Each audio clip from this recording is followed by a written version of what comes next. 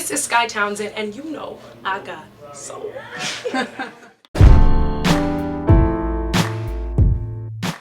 Alright, Skye, so take us through your origins of music. I know you released your first project back in 2012, but you know, what originally led you towards doing music and getting involved in it?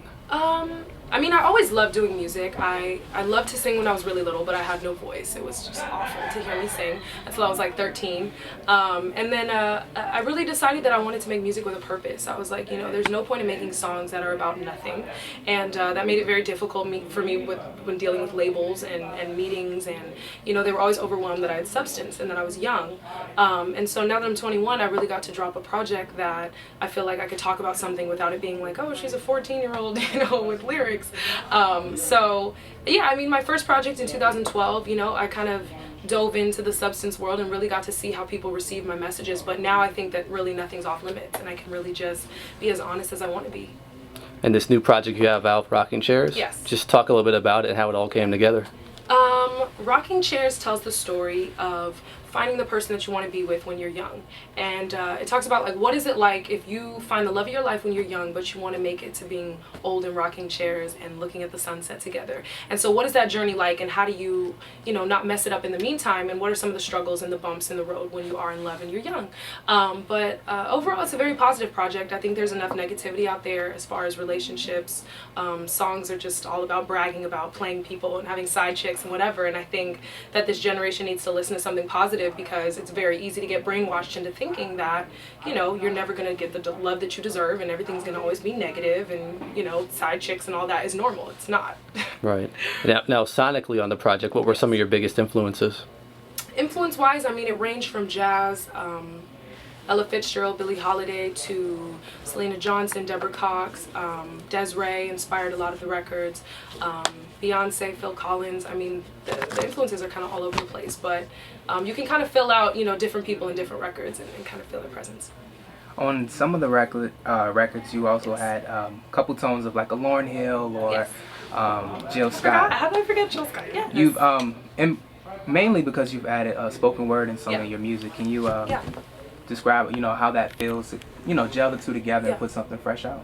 You know, I think the dopest thing about music is there are no rules. I think as an artist, it's easy to think that you have to be one genre or one type of sound. And I love poetry. I mean, you know, that was one thing that I would do with my friends, is go to the poetry lounge. And you hear these stories and just the way that people deliver spoken word. And I was like, I want to do that on my music. I don't care. And I heard Lauryn Hill and I started really listening to her music and digesting it. And I was like, there are no rules. You know what I mean? You really can do whatever you want. And so I put the spoken word on there to just to see how it was received, and to see that people really listened to what I was saying. It was like, okay, you know, you can really sneak power in there and really have something to say and people still grasp it. You know what I mean?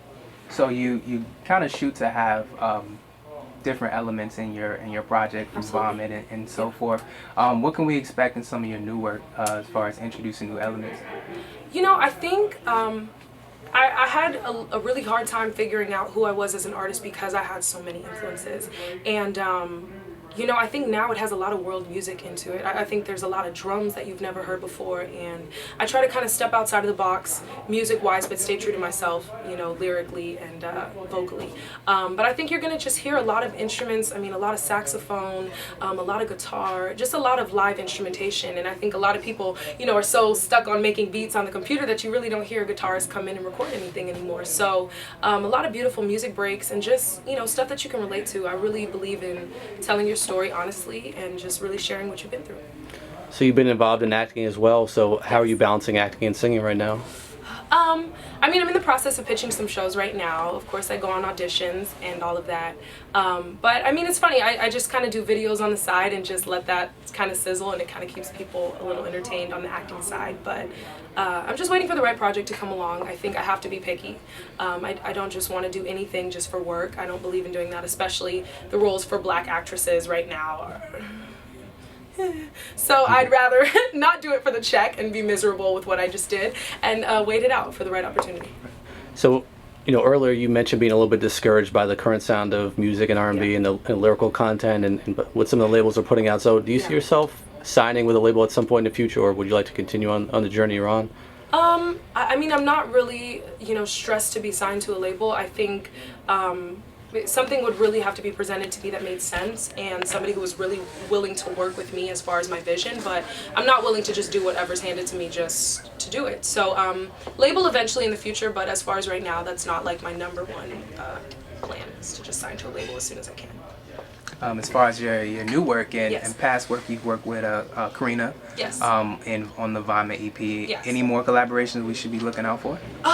I mean, I have so many friends that I really want to get involved with on some kind of music that's coming out now. I think for the EP that just came out, Rocking Chairs, I really wanted to show myself as an artist and really not be distracted by too many features. I think sometimes artists are really quick to try to get as many features as they can to distract the person, and I really didn't want too many features. So I think in the future I will try to collaborate with some of my talented friends. I mean, you know, I was on Casey Veggies' album, and now, you know, he's signed to Jay-Z and he's doing his thing and has a great record out, and so I'm just excited to collaborate with more people, but it wasn't really my focus for that EP that just came out. So that's all we had. Anything you'd like to add? No, check out my music if you haven't. SkyeTownsend.com, SKYE Townsend, and I hope you enjoy it.